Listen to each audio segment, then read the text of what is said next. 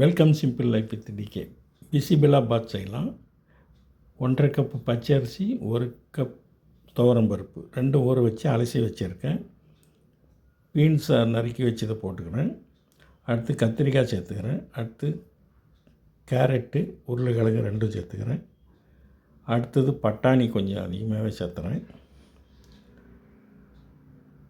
பட்டாணி சேர்த்தாச்சு. நீங்களும் இந்த மாதிரி செஞ்சு பாருங்கள், ரொம்ப நல்லாயிருக்கும். எங்கள் சேனல் லைக் பண்ணுங்கள், ஷேர் பண்ணுங்கள், சப்ஸ்கிரைப் பண்ணுங்கள். தேவையான தண்ணி ஒரு 5 டம்ளர் தண்ணி ஊற்றிடுறேன்.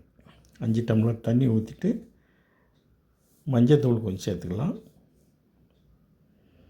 மஞ்சத்தூள் சேர்த்தாச்சு. கல் உப்பு போட்டுருவோம்.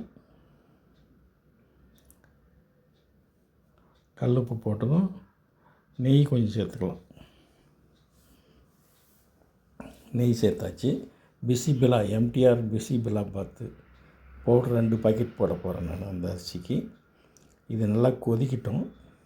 கொதித்து வந்த அப்புறம் மூடணும். அதை அப்போ தான் டேஸ்ட்டுக்கு பச்சை மிளகா 2, அப்புறம் குடமிளகா கொஞ்சோண்டு சேர்த்துக்கிறேன்.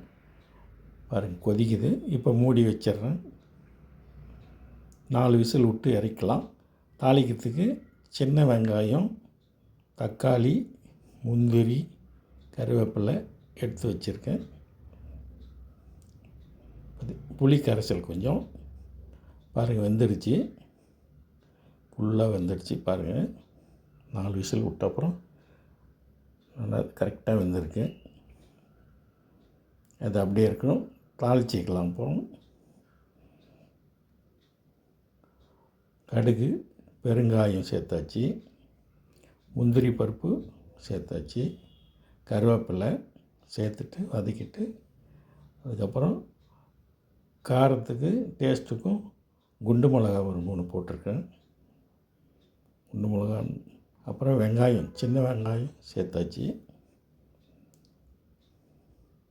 இது வதங்கின உடனே தக்காளி சேர்த்துக்கலாம். தக்காளி சேர்த்து வதக்கலாம். நல்லா வதங்கட்டும். இதுக்கு கொஞ்சம் உப்பு போடணும். தக்காளிக்கு கொஞ்சம் உப்பு போடணும் வதங்கிறதுக்காக. அதுக்கும் ஏற்கனவே போட்டிருக்கோம். நம்ம உப்பு போட்டாச்சு. பவுட்ரு கொட்டிக்கலாம். புளி கரைசல் ஊற்றிக்கலாம்.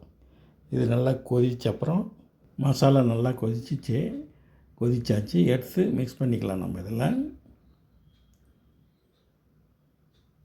தேவையான தண்ணி பத்தலாம். கொஞ்சம் சூடு பண்ணி சுடு தண்ணி ஊற்றிக்கலாம். இது காரா பூந்தி போட்டு சாப்பிட்டா ரொம்ப டேஸ்ட்டாக இருக்கும். பிசிபெல்லாபாத் ரெடி ஆகிடுச்சு. நீங்களும் ட்ரை பண்ணி பாருங்கள். நன்றி, வணக்கம், பை பை.